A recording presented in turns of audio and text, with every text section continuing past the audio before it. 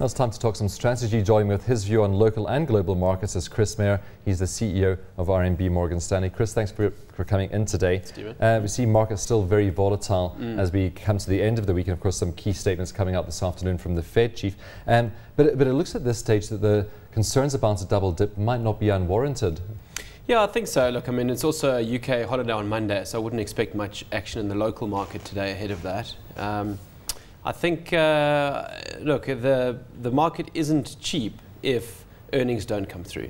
So I think that's why the market's so focused on economics data at the moment, because without economic growth, it's hard to see where the corporate earnings growth will come from, and that will therefore question the valuation of equity markets globally.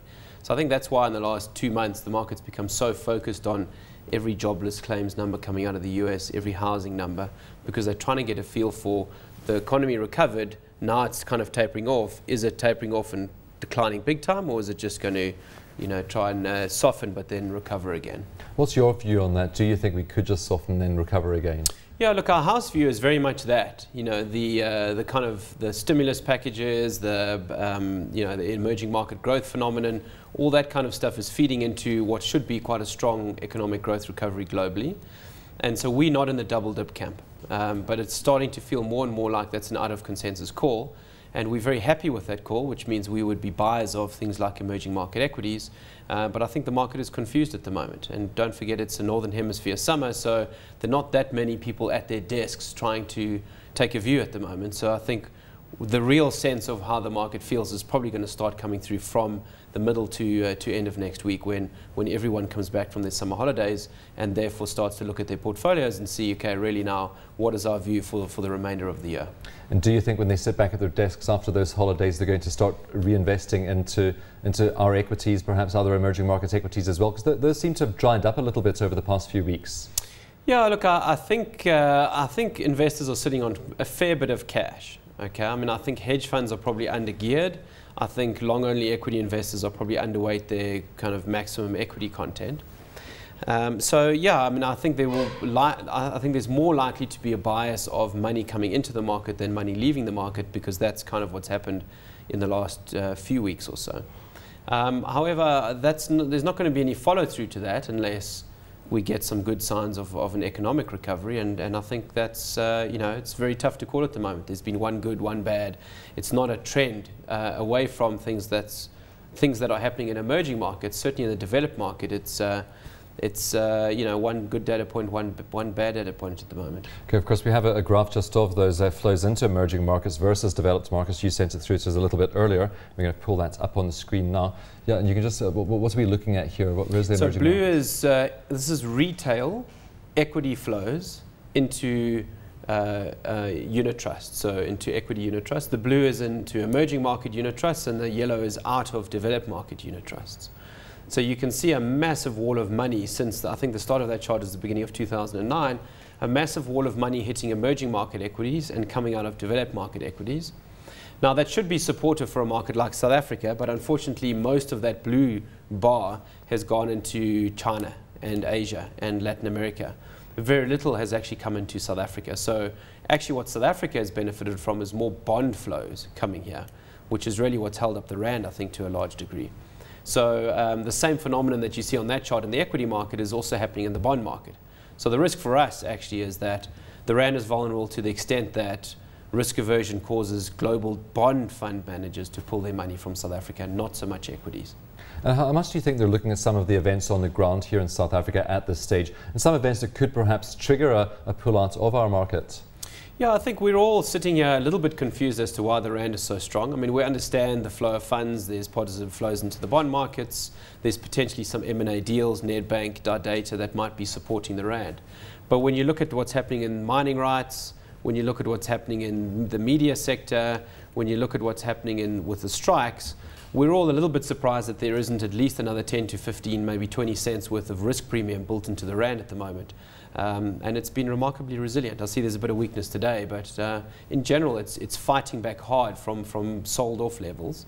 And that suggests that there's some real fundamental buying probably into the bond market that's supporting the rand. Your view on that HSBC Nedbank potential takeover, because it seems pretty positive for our market that another bank wants to come into South Africa and set up shop here.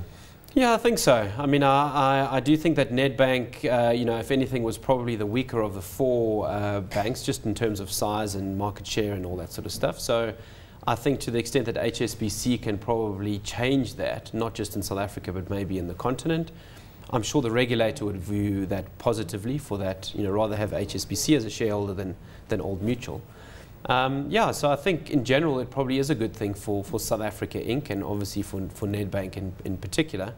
It remains to be seen what price they put on the table, and I think that's the key determinant as to whether minorities away from Old Mutual will actually sell into any kind of bid that may or may not come, depending on how HSBC's due diligence goes over the next couple of weeks. Well, let's take a look at some factors particular to the South African industry, maybe starting with the South African hedge fund industry. I know that some managers we've been talking to have complained about not getting any new funds. Do you think this is an industry-wide phenomenon? Absolutely. I mean, I think there's some real challenges for the hedge fund industry at the moment in South Africa, and it's not performance-based necessarily. I think what's happening is because the pension fund regulation with Reg 28 hasn't changed to allow more investments into hedge fund, there's a bit of a starvation of cash flow that can go into the hedge fund industry. And I think some of the things that have happened globally around, Bernie Madoff, etc., has continued to give the hedge fund industry a bad name. And so unfortunately, some of the foreign money that could be coming into our local industry also isn't coming. However, having said that, I think there's a few potential silver linings that the industry may be able to look forward to. One of which is the potential that the JSE buys a platform which enables it to partially add transparency to the hedge fund industry as a kind of independent voice for the industry. And I think at that point, even though you don't get pension fund regulation change, you might be able to convince some of the investors into the hedge fund industry that because there's more transparency and it's with an independent organization like the JSE, that perhaps they can tick a box which says, okay, we at least know what we're buying. And I think that the money that's waiting for that transparency to come to the industry could flow into the industry if that happens. And of course, our industry is already pretty transparent and pretty well regulated compared to the global industry, isn't it? It is, yeah. I mean, I think there's still a concern by the people who aren't invested in the hedge fund industry that there's leverage, there's you go long short. It's slightly unusual. It's a bit off-piste. And I think it's a misunderstanding more than anything. And so, but you almost need someone like the JSE to step in and add that credibility to the industry. And then I think you might see a bit of money come into the industry, even though the big pension fund money still will be restrained by Reg 28. Well, I think another issue that must be top of mind with the JSE is the whole issue of inward versus dual listed stocks on the JSE. And I know this is something that keeps on coming up. We have British American Tobacco at this stage still considered inward listing. Mondi, though, was changed recently. How do you see this playing out? Yeah, look, we had the JSE in to see some investors the other day after their results. So Russell Loebscher was in seeing some investors, and their view is, and maybe they would say this because they're talking their book to some extent, and maybe I am as a stockbroker as well, but they don't think that the Treasury is inclined to mess things up. And by that I would mean, take Anglo American and Billiton and just classify them as foreign stocks and must count against your foreign restriction, because it will have material impact on the global on the South African stock market. And certainly the actions by the Treasury to date would suggest that that's true, consistent with their view, in that they've rolled over the BAT allowance. When you got a BAT unbundled, you can now keep it until 2012, I think it is. And they haven't messed with Anglo and Billiton to date. So at least it looks like what Russell Loebscher at the JSE is saying is actually is proving to be correct. And I think what might well happen is that they will put the power in the hands of the index providers like FTSE and MSCI to determine whether stocks like Anglo American and Billiton should be in a local index or a global index or both, and not make it a regulatory decision. Looking at the bond markets, and of course we had BISA merging with the JSE a year or two ago. JSE trying to bring bond trading onto the exchange. How's that going? Yeah, I think it's a little slower than they would like. And so they've approached the Treasury, I understand, to at least have a discussion around, why is the market structure in the bond market so different to the equity market that bonds aren't going on exchange the way obviously the equity market is on exchange.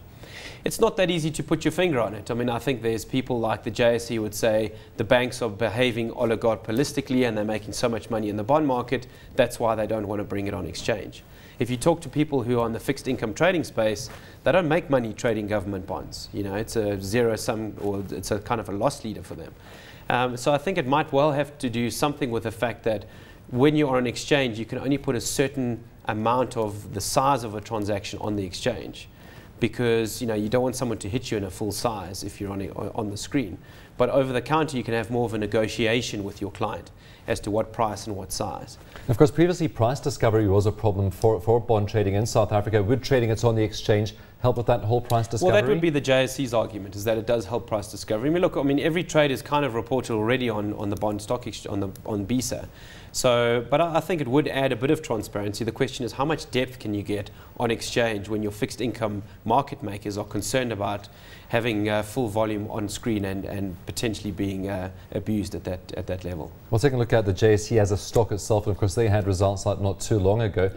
What do you make of the JSE as a investment? We like it. I mean, it's a strong cash generative business. It's not that expensive relative to global exchange stocks.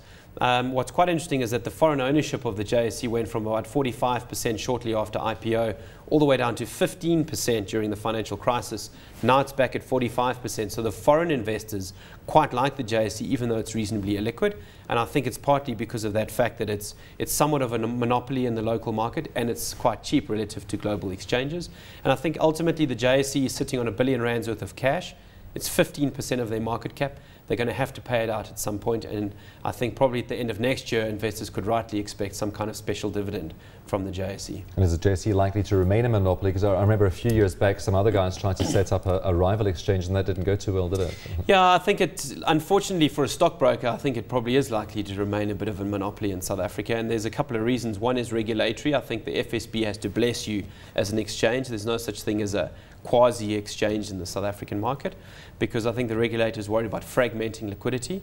And the second thing is the JSE is strong enough to react, I think if there's a new entrant here, to probably squeeze them out. So it becomes very difficult for a BATS or a Chi-X to come here when the market's already quite small, and with the threat that a competitor could squeeze them out if they try and get into this market.